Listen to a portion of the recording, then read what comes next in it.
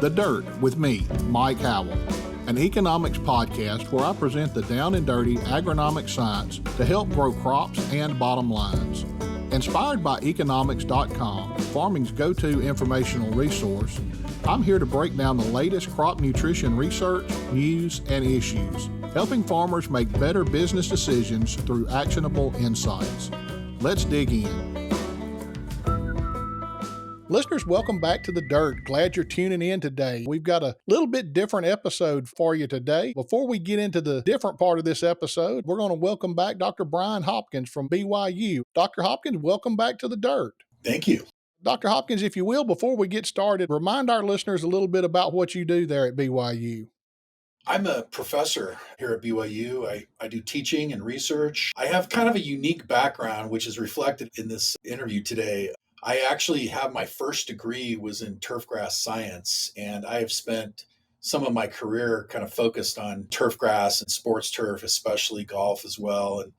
But I also have an agricultural background, and in terms of my current research, I do both. I have about 50% of my research is in turfgrass and about 50% is in agriculture.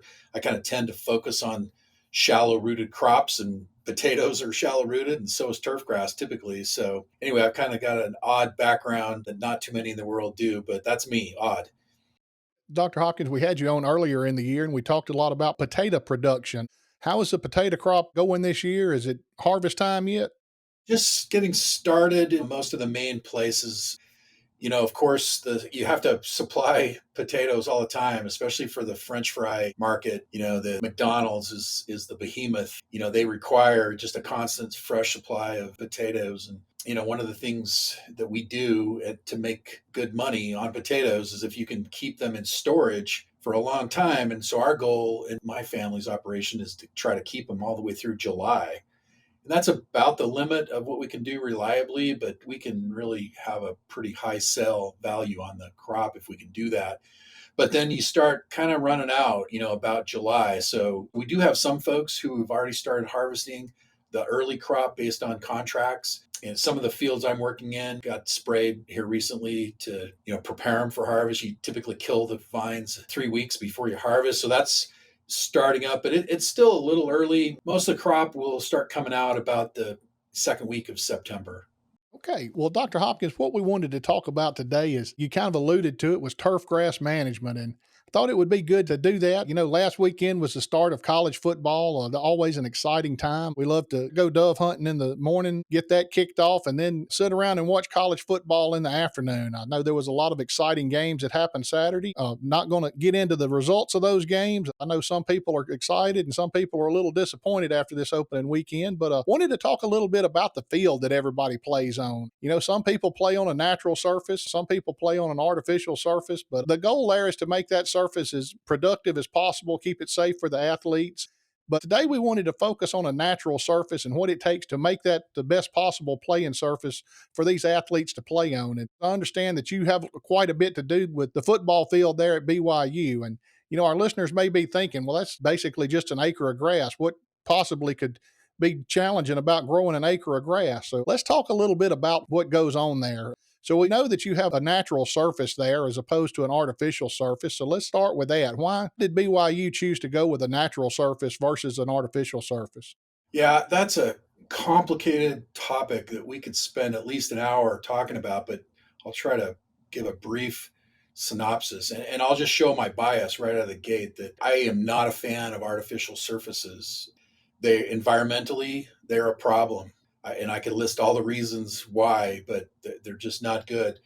Maybe more importantly, they're not as safe for athletes. There's a lot of data out there, everything from higher injury rates. We've measured those personally on our surface, compared to when we play in artificial surfaces. There's some really good scientific studies. It's not always super clear, but to me, it's, the preponderance of data shows they're not safe. They're hot. They're miserable. I used to play football. I coached football, and I can tell you, it was miserable when you had to coach and get 3-a-days going on those artificial surfaces. And we've measured temperatures as hot as 180 degrees. You do a search on the internet and you'll find that situations where cleats were melting, that's not a safe situation. That's more likely to not just have lower body injuries, but to have heat exhaustion. And, that it's just not good. And typically athletes, unless you're a kid in high school who's got stars in your eyes, seeing these really beautiful artificial surfaces, and they're gorgeous. That's one of the appeals. But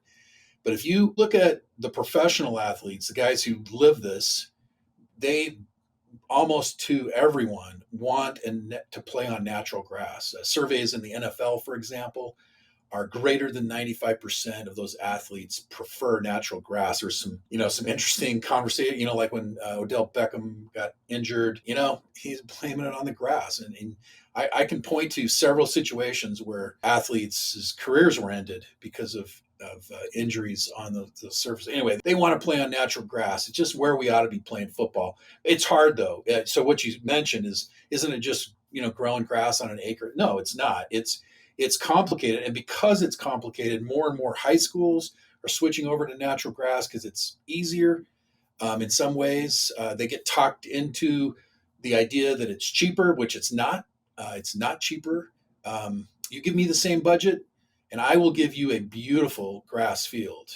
I can do that, and those of us who are experts in it can, but it's not a simple situation for a lot of reasons. Traffic is one of them, but also mowing short. Typically, coaches want the grass mowed short, and for some of the grasses, like Kentucky bluegrass, it doesn't like to be mowed short, and so we tend to get some challenges. We get compaction, get surfaces get hard, and we can't have that. That's unsafe. If you're playing on a natural grass field and it's as hard as the parking lot, that's not safe. So we can't do that either. We need safe surfaces. Dr. Hopkins, I really wish I had you close to Poplarville, Mississippi. I need somebody else to help me out with this. Our local football coach came to me, it's been 5 or 6 years ago, and they were having trouble growing the grass on the field. And my son had told him that I did a little bit with fertilizer, and he wanted to know if I could help him out. And we did some work out there that summer, and we had grass growing really nice, beautiful field. But the next year I went back, I said, I've got some more fertilizer. He said, I don't need it. We're putting in artificial turf. And I threw a fit. He said the reason they were doing it was because they had 9 teams that were playing on that field between football and soccer, and they just could not keep it going with that much traffic on the field. And I kind of understand that, but you can practice somewhere else and play and keep the field in good shape as well. There's a way to do it. But after they put the artificial surface down, I got to noticing the kids would come over to off the field and to get water, and instead of drinking the water, they were pouring the water on their feet. And I got to asking my son, and it's exactly like you said. It was so hot they had to cool their feet off. They were having blisters on their feet because it was so hot out there. And I had never thought about that, but it's a real problem. Yeah, there are situations where you just don't have any choice. Like here at BYU, for example, we have intramural fields that just have constant play. And it's really tough to have natural grass if you don't have some opportunities to keep the surface healthy and give it a little bit of a rest. So, and obviously indoor facilities, now there's some exceptions to that, but most indoor facilities, there's no choice but to have artificial. Some notable exceptions: the Arizona Cardinals and Las Vegas Raiders, for example. They have an outdoor. They grow their grass outside and then they pull it in for the professional teams. Dallas Cowboys can switch out between artificial and natural in less than one day. And then you've got some hybrid stadiums.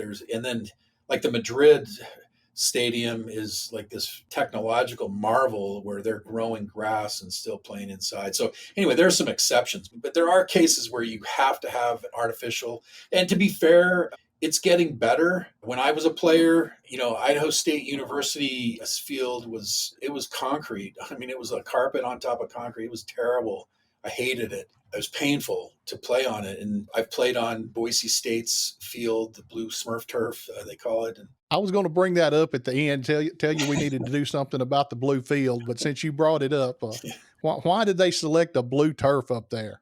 I really don't know. That's a good question. I don't know the answer to that. We always kind of made fun of them. Yeah, it certainly has brought them some notoriety. Everybody knows about it. So, I mean, that's one of the advantages of, the big advantage of artificial is I don't have to paint it all the time, right? And if you're growing natural grass, that's a big part of your budget, and it's a pain in the rear, especially if it's raining in Mississippi. That's hard to do. And A little easier in Utah. We don't get as much rain. But anyway, what I was saying though is that the artificial fields, the technology is definitely better than it used to be. It is getting safer and it is getting more. There's some technology there that's improving it, but I'm still not a fan. Well, Dr. Hopkins, let's spend a few minutes and talk about some of the challenges associated with growing this turf and some of the things people may not even think about. You just mentioned one, and that's the paint. Now, I've painted a few football fields in my day. Now, we just painted the stripes on them. We did not paint the end zone like y'all will have to be doing there at BYU. But grass has to have sunlight. And when you're painting the stripes on those fields and painting the end zones different colors, that's going to interfere with the sunlight getting to that and interfere with the grass growing. Talk about how you deal with the paint and keeping the grass growing. Yeah, and that's a bit of science and an art. And we've got, our field manager Dustin Pixton. He's great. He's got tons of experience in professional soccer and football. And anyway, he's really good at his craft. And we have other folks on BYU campus that are really good at the paint part of it.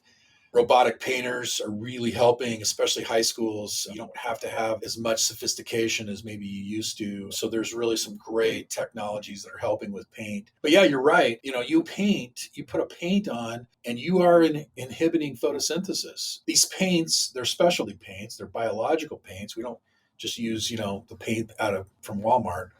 We have to buy specialty paints and apply it, and they are less likely to cause damage, but they do inhibit growth.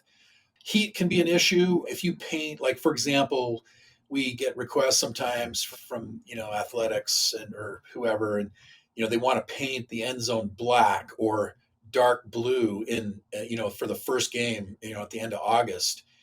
Well, you're going to have to replace that end zone because those dark colors are going to absorb the heat and it will kill most of that grass. If it's white paint, it's not going to absorb as much heat and you're more likely to be okay. However, you look at, these fields are getting painted 6 times. College football, it's 6 times and every other week ish.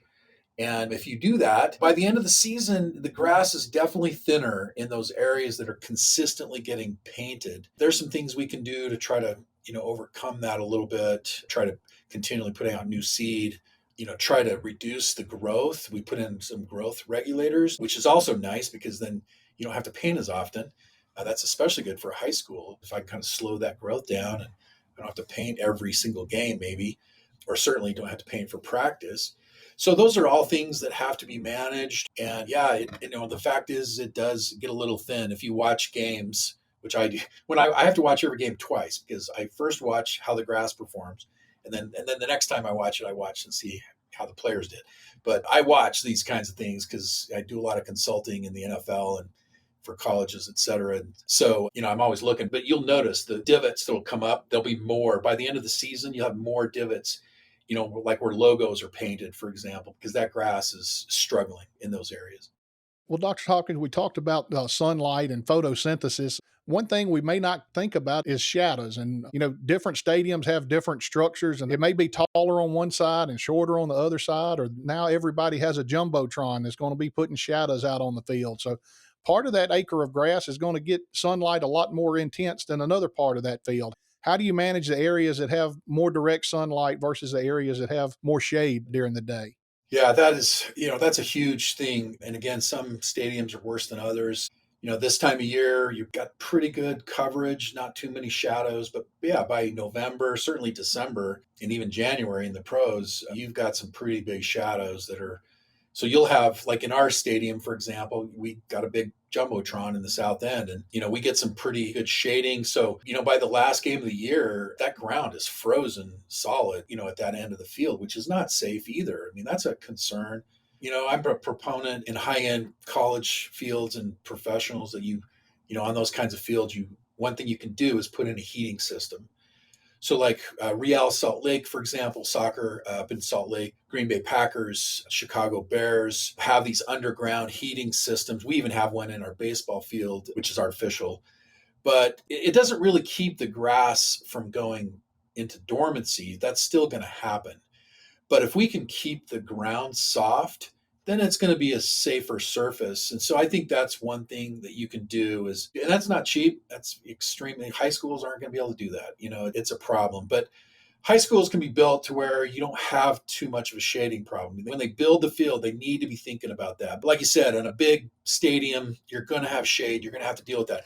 Trying to keep the grass alive and not going into dormancy. We can cover the field. There's some cool technologies for that. Putting on growth blankets, that's going to help. Sometimes we can blow air, warm air in there, and that can help. There's lights. In fact, there's some really cool new research on wavelengths and lighting. FIFA is, coming to the United States, North America. And as part of that, they have sunk a lot of money into research. And there's some really cool stuff coming out in terms of being better at being able to have portable lights. And so a lot of professional teams now have that. They have portable lights that they kind of move around in the stadium, just trying to keep that grass growing a little healthier, giving it a little more sunlight during those times of year. So the number of things that can be done, everything from low budget, just planning your stadium right, to high budget with these various technologies. Dr. Hopkins, another thing we have to worry about, and you kind of alluded to it, is compaction zones. You talked about the end zone with the paint and getting compacted on the end zone in the shadows, but there's a lot of traffic areas, especially on a football field. Between those hash marks, get a lot more traffic than it does on the outside of those hash marks. What can you do to manage the compaction in these high traffic areas? Well, the main tool that we have is aeration. And like my lawn at my house, I have never aerated it. And I'm the turf guy at BYU. I don't have enough traffic to worry about. It doesn't really get compacted. But areas that get a lot of foot traffic or vehicle traffic, they need to be aerated.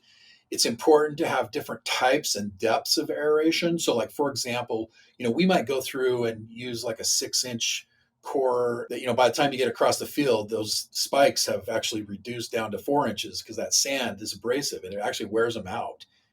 Get a single use out of them. So that's not cheap, especially if it's a sand field to do aeration, but you really need to. Do I need to do the whole field? Maybe not. Maybe just the center part, especially if I'm a high school. I just pick the places. We can measure that. We have devices that are not that expensive to measure how compacted a field is. The NFL requires that. We have certain types of tests that we have to do before a game. And if it's too hard, they will not play. There's been, like, for example, a few years ago, there was a game in Mexico City that got canceled because it just was too hard. So those kinds of things can happen and need to be dealt with. Aeration. I also mentioned like different types. Like, so we'll have deep tying, like go down 9 inches.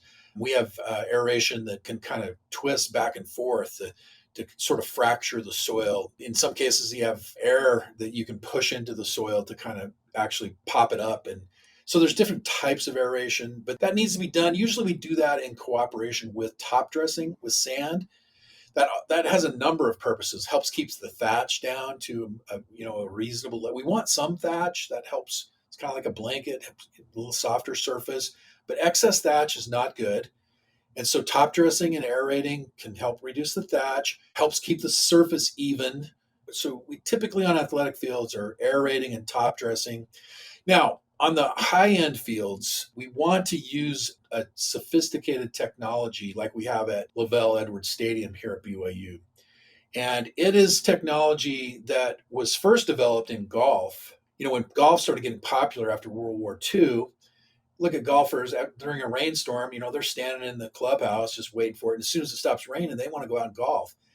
Well, all that traffic on those little greens and tee boxes, it's too much, so you get these muddy messes. And so some really smart soil scientists back in the day used some sophisticated technology to figure out how to build perch water table systems with soils that won't compact. So in golf, that like PGA, high-end golf courses, they're going to have what we call a USGA spec golf green.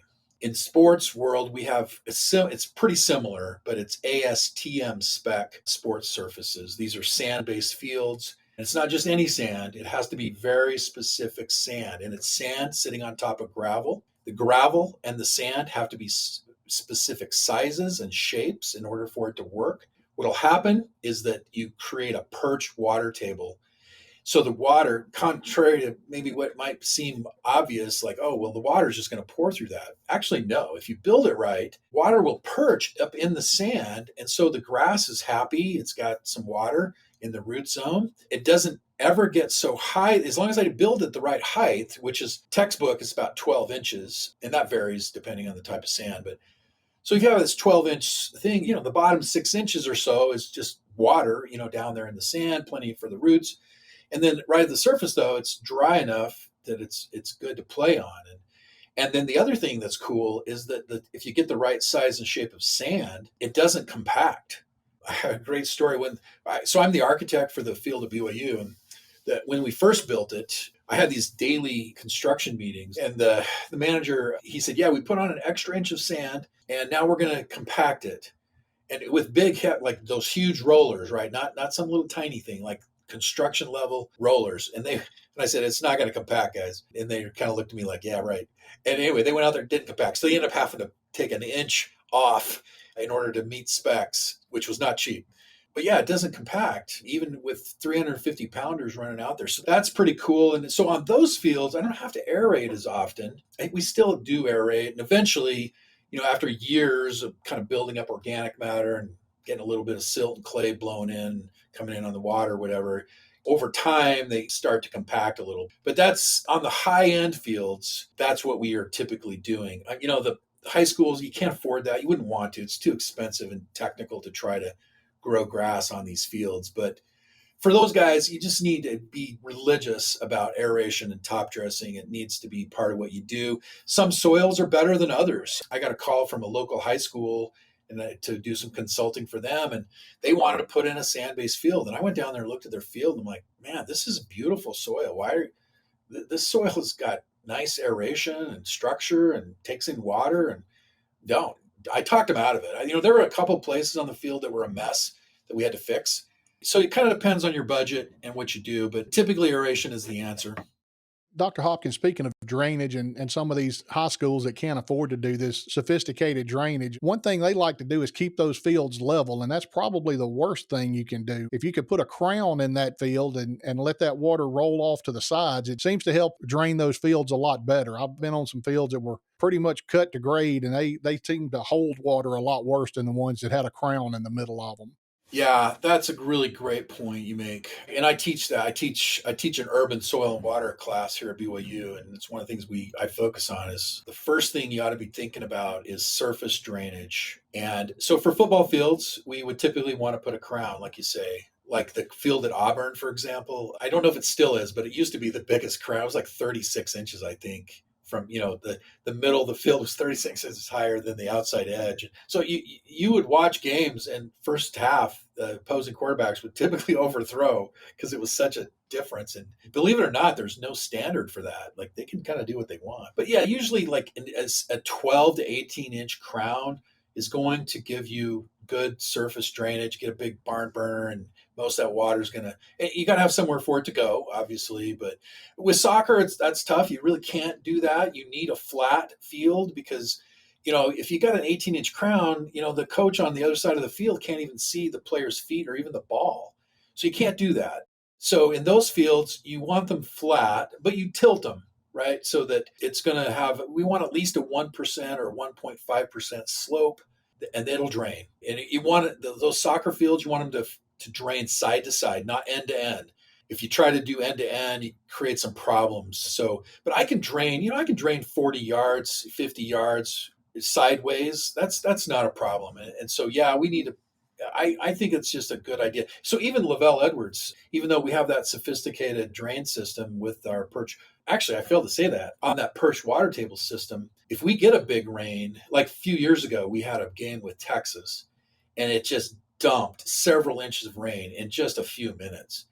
And what happens on that perch water table, same thing on a golf green, is that if it fills up, it actually starts to drain and it'll just drop the water down into that gravel. You get enough hydraulic head on it. So, even though we have that system at Lavelle Edwards Stadium, we still have a crown, just kind of extra precaution. But you don't have to. If I have that perch water table system, I can be totally flat and I'm fine. Like at Real Salt Lake professional soccer team up in Salt Lake City, they have a perch water table system like I've been talking about, and their field is completely flat with no slope at all. So you can do it, but yeah, in general, high schools definitely want to have a crown on the football fields or a slope on the soccer fields. Dr. Hopkins, another issue with water is irrigation. And this is one of the things that I see a lot of, especially high school coaches, they need a lot of help with this. They'll have practice in the morning and then they'll get out there and turn the water on 11 o'clock in the morning and let it run till 3 o'clock when they get ready to have a second practice. And that's probably the absolute worst thing they can do. Talk about irrigation, when they need to be watering these turf surfaces and how much irrigation they need to be applying and timing, that kind of stuff.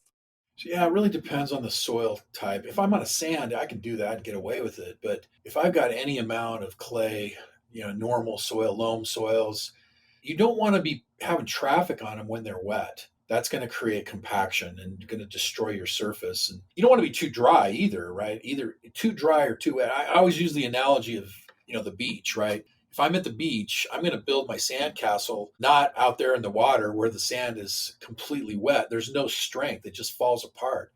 But if you go out, too far away from the beach up into the below sand where there's no water, that has no strength. It doesn't hold together. But, in between those two places, now I've got some water is actually kind of acting like a glue. And so that's where I want to be during practice and games. I want to have a modest amount of water you don't want them too dry, not too wet. So, yeah, that's hard to give an exact formula for timing because, I'm down there in Mississippi with a heavy clay, soil. That's going to be probably a different answer than if I'm up here in Utah on a sandy loam soil.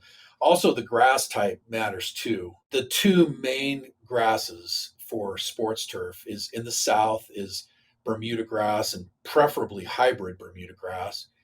And in the north, it's Kentucky bluegrass. Those are almost exclusively. We do get, we get some fields with tall fescue and a few others, but they make up the vast majority. So if I'm down in Mississippi and I've got, hybrid Bermuda grass and clay soils, man, I can get away without watering that for several days. That hybrid Bermuda, it roots deeply.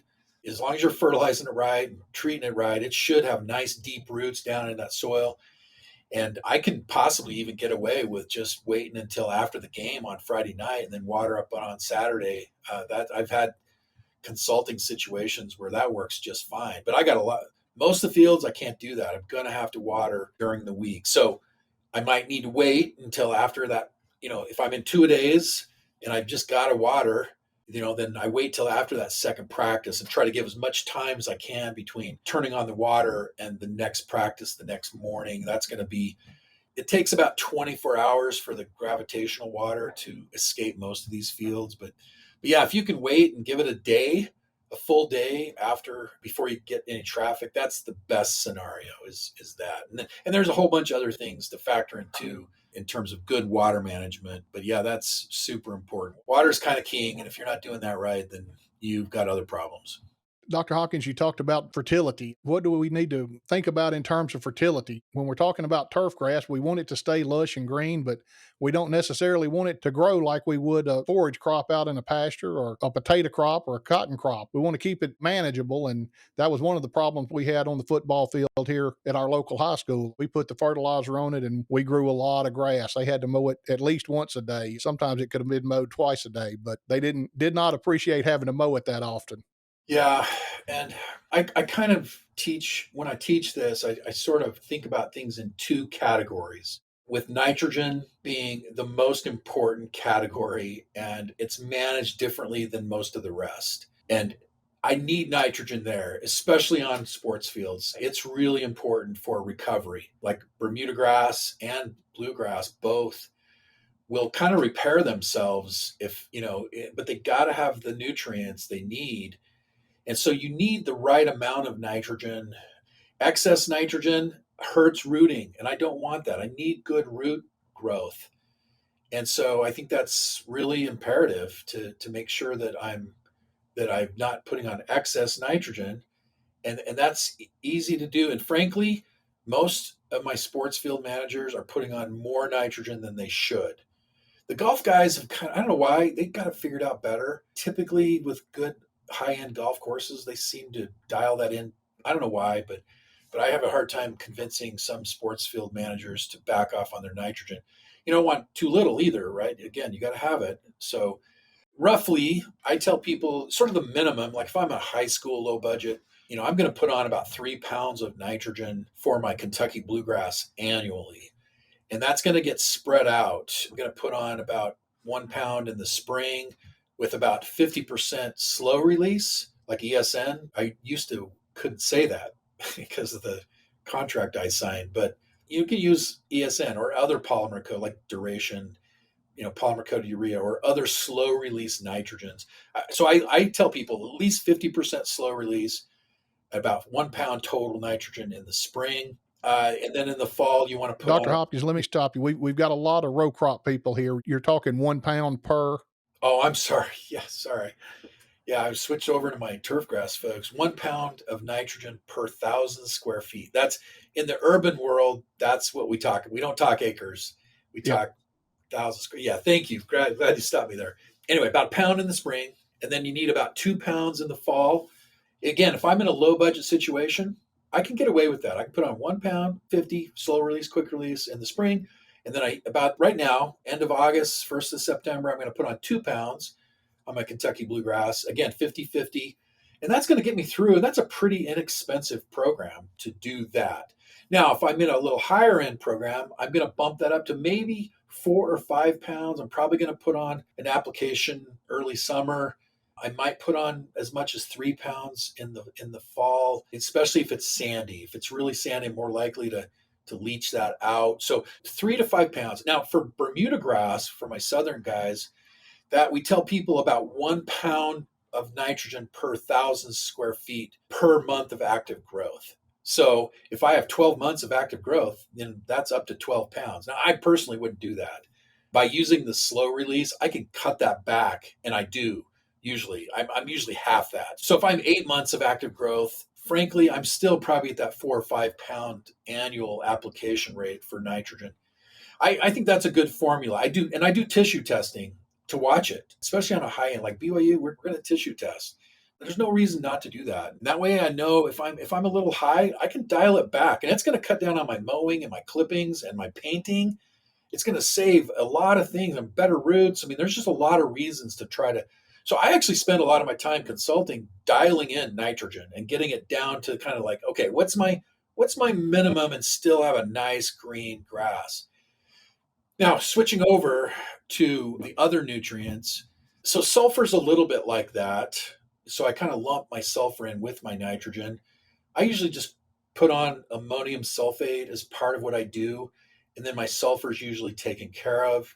I could talk about that for a month, but that's a simple solution right there. But phosphorus, potassium, possibly micronutrients, although grass is really good at just scavenging those, and we don't see that too often. But I really get on people about soil testing. You need to soil test.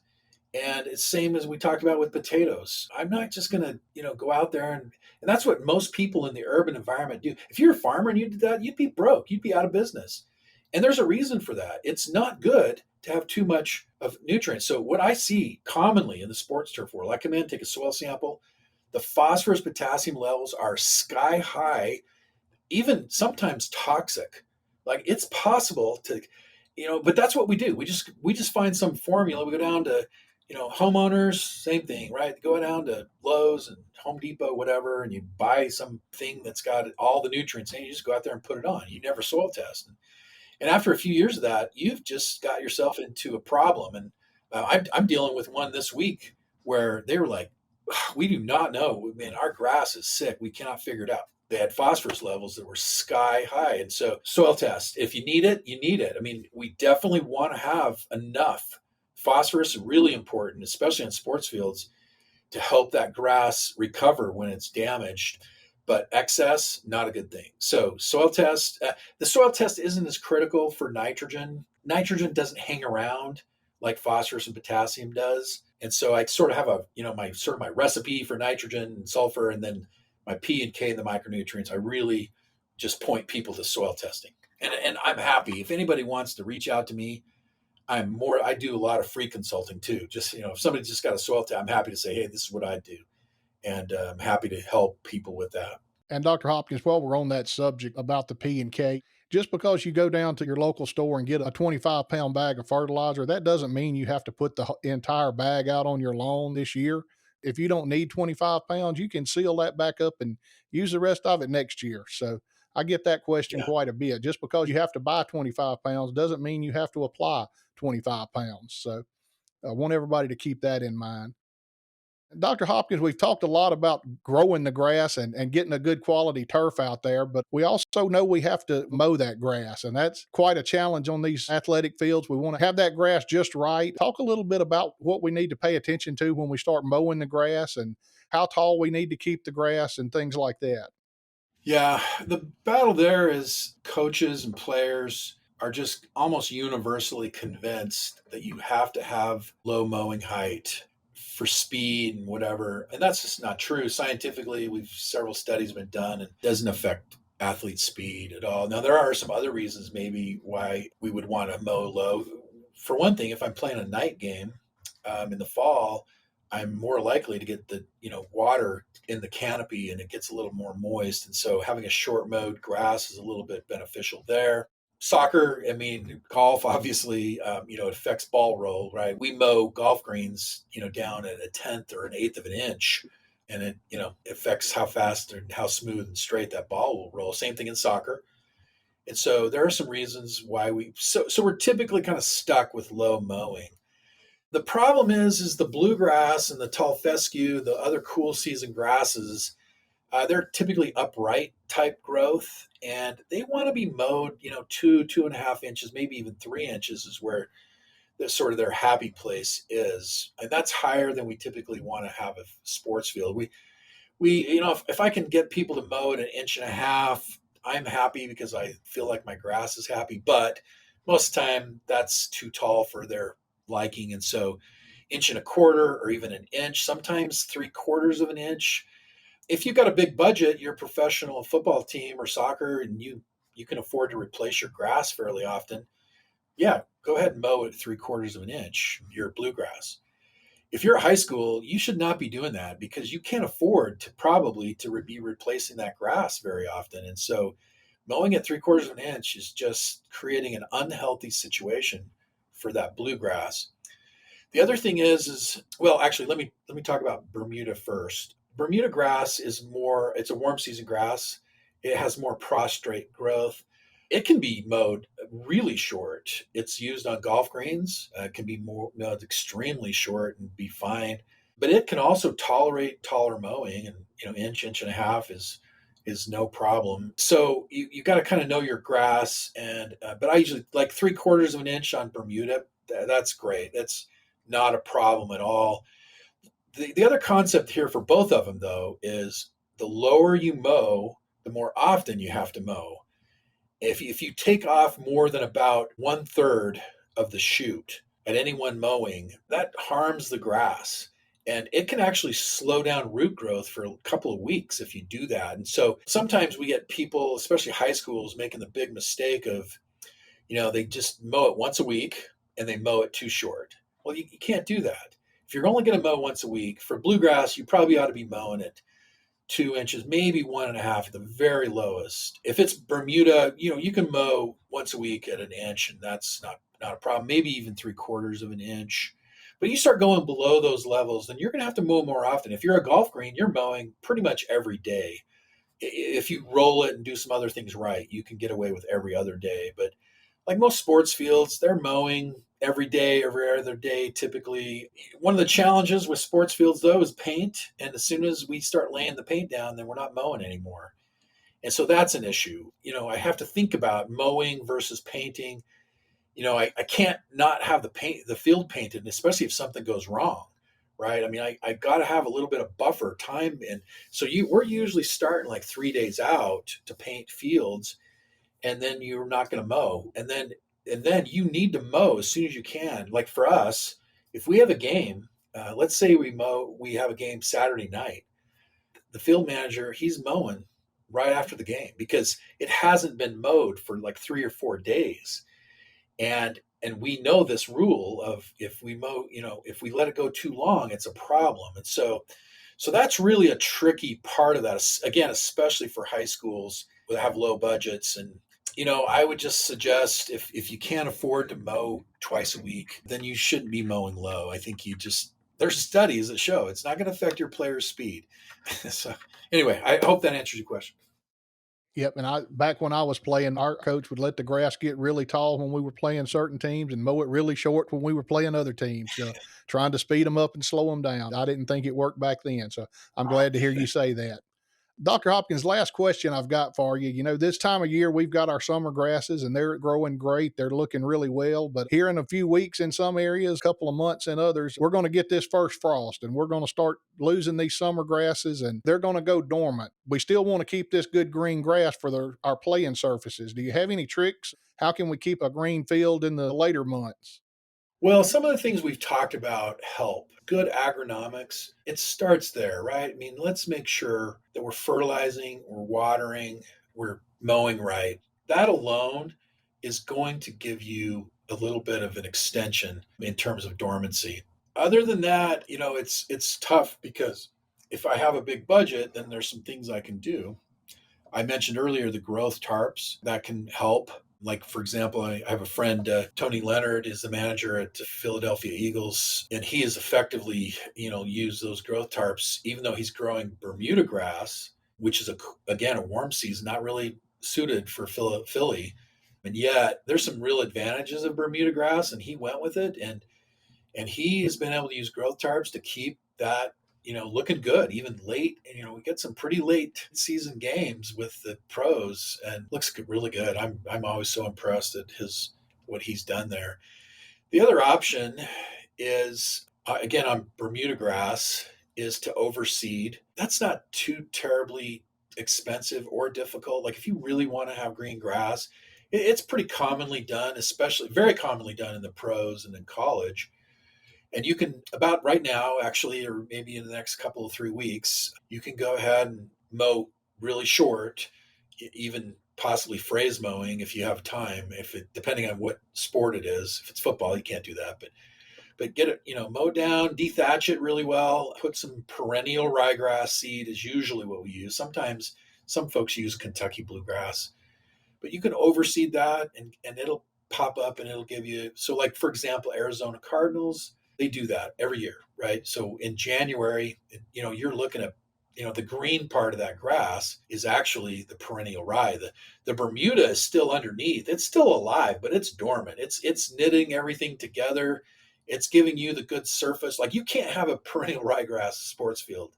It's a terrible sports grass. But as an overseed on top of Bermuda, it gives you the color. A lot of dissatisfaction. It's hard to get it out so it doesn't look bad the next year. That's a little bit of an art and a science, but that's another option that you can do. If you have the bluegrass, though, bluegrass is pretty tolerant to cool conditions, and it's surprisingly avoids dormancy, even getting some hard freezes in there. And if you're in the north, that's really an option. Now, one of the main focuses of my research in recent years is using hybrid Bermuda grass in northern areas. So we have it growing here in Provo. We don't have it on our football field. We don't have it in any of our sports fields, but we're looking at it. Anyway, that's a bit of a challenge. We're facing significant drought issues, and Bermuda uses less water. It's one of the reasons why we're looking at it. Plus, to be quite honest, Bermuda versus bluegrass, Bermuda's a better sports field surface. It's going to knit together. It's going to play better. Going to have less slippage, and so kind of like it for those reasons. But yeah. Anyway, Well, Dr. Hopkins, we really appreciate you taking time to go through all of this with us. It's a little longer episode than we're usually turning out, but I think we got some great information out of this and hope it's something that some people can use. Do you have any closing comments or anything that we may have left out that you want to leave our listeners with before we sign off? well, yeah, maybe just say I think it's important that we have grass. I mean, there's a lot of folks anti-grass and they want to switch over to artificial or have rock lawns, and I'm just not a. I don't think so. I think I think there are ways to be able to have our grass. Now, yeah, maybe at my home I ought to cut back my grass, and I have. I don't have a ton of grass.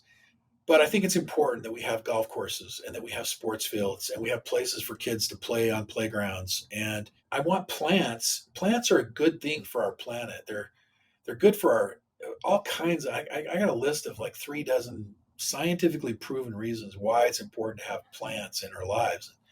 everything from generating oxygen to sequestering carbon out of the atmosphere. But anyway, it is important to learn how to do it right. And kind of going back to what we started with artificial, if you're switching to artificial because you just can't get the grass to survive and live well, then you just need to ask some questions. There are some resources out there that we can point you to help you get a healthy natural grass surface. It's possible. Okay, Dr. Hopkins, thanks a lot. Listeners, we hope you enjoyed this episode as much as we enjoyed bringing it to you. Dr. Hopkins, if you need some more controlled release fertilizer for that school up north to help get that bluegrass turned green, we can probably help you out with that. Listeners, if you'll hang around for just a couple of moments, we'll be right back with segment 2. Farming isn't farming without questions, and now there's a place to go for answers. At eKonomics, an entire team of agronomists is waiting and ready to help for free. No question is too big or too small. Visit Nutrien-economics.com and submit your question with the Ask an Agronomist feature. Listeners, welcome back for segment 2. As you know, segment 2 is where we ask one of our agronomists a question of the week. To help us do that today, we've got Alan Blaylock back in the studio with us. Alan, welcome back to the dirt. Thanks, Mike. It's always good to be here. We always have some great conversations. Alan, this week's question has to do with sulfur fertilization. Everywhere we go, more and more people are talking about the need for sulfur fertility. Is there a difference between using sulfate sources compared to an elemental source of sulfur? That's a great question, Mike, because there are real significant differences in those sources. Now, there may be cost differences. Elemental sulfur is often less expensive, so growers may want to go that route. Ammonium sulfate, for example, the sulfate form is oftentimes a little bit more expensive than the elemental, but the key difference is the sulfate form is the form that the plant is going to take up. So whatever form of sulfur we apply has to be in that form or converted to that form before the plant can use it. So the elemental sulfur is not immediately plant available. It has to be converted in the soil by special sulfur oxidizing bacteria that convert elemental sulfur to the sulfate form. And this takes time. And so we want to be aware of the conditions and the fertilizer properties that influence that rate of oxidation. So some of the soil properties that influence that are temperature, moisture. Warmer soils will oxidize faster. Remember, this is a biological process, so warmer conditions tend to hasten that process. Cold soils are going to be very slow. So we want to consider those soil conditions, and we need moisture present so that those bacteria can be active. They need similar moisture conditions to what a growing crop needs. So a soil near field capacity with nice warm temperatures is going to have the fastest oxidation rates. Now, the other key factor is the fertilizer properties itself. Now, typically what we're looking for are a couple of things. The particle size of that elemental sulfur once the fertilizer granule breaks apart. So the fertilizer granule with elemental sulfur is really a bunch of really tiny particles pressed together or bound together in some way. Some forms use a bentonite clay to bind those sulfur particles together. Others, it may be fused into a matrix of a soluble fertilizer. So what is the particle size of that elemental sulfur that's in the basic fertilizer? Smaller particles oxidize much faster. There's a lot more surface area for those bacteria to work on. So if we look at that particle size, these micronized sulfurs oxidize faster than some of the other sulfurs that have larger particles.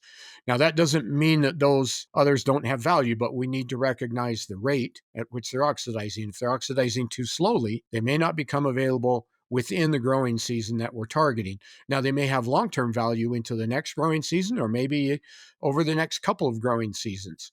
Those larger particles can take some time. And then lastly, how well does that fertilizer granule disperse? The materials with clay binders, they take in water and that clay swells and breaks that granule apart and allows those fine elemental sulfur particles to disperse. If they're kind of bound in the soil, perhaps in a banded application, they may not disperse very well. On the surface, they'll disperse much better. And then the others that are in a soluble matrix, like fused into a monoammonium phosphate or some other soluble fertilizer, like there's materials that have elemental sulfur in urea or maybe in potash. So some of these things are soluble fertilizer materials. they dissolve and the elemental sulfur particles then can disperse in the soil. So particle size, smaller particles oxidize faster, more dispersion creates faster oxidation, and warmer, moist soil conditions create faster oxidation. So these are some of the key factors the growers need to evaluate and take that into account when they're deciding what to purchase. Do I need the sulfur right now, early in the season? Maybe a crop that takes up sulfur very early, like canola in our Canadian prairies, it needs sulfur early. Those soils are cool. I'm going to need something that's going to oxidize quickly, or I want to use the sulfate form or maybe some combination. If I'm in a warm environment, like down where you are, I have warm temperatures and I'm growing a crop like corn or cotton that's going to have sulfur uptake a bit later into the growing period, well, I may be able to use one of those elemental forms and get very good performance. And so we look at the crop and the environment and the fertilizer itself, and all these things go together to create different combinations of what the grower may want to choose. Alan, great answer on that. And I think you hit 3 of the 4 R's that we're always talking about in that answer there. The only one you didn't talk about was the rate, and we'll save the rate for another question. Listeners, we appreciate you tuning in this week. As always, if you have any more questions about anything we've talked about today, you can always visit our website. That's Nutrien-eKonomics with a K.com. Until next time, this has been Mike Howell with The Dirt. Hey guys, if you like what you heard today, do us a favor and share this podcast with someone else. It could be your neighbor, your friend, your crop advisor, or whoever you think would enjoy it.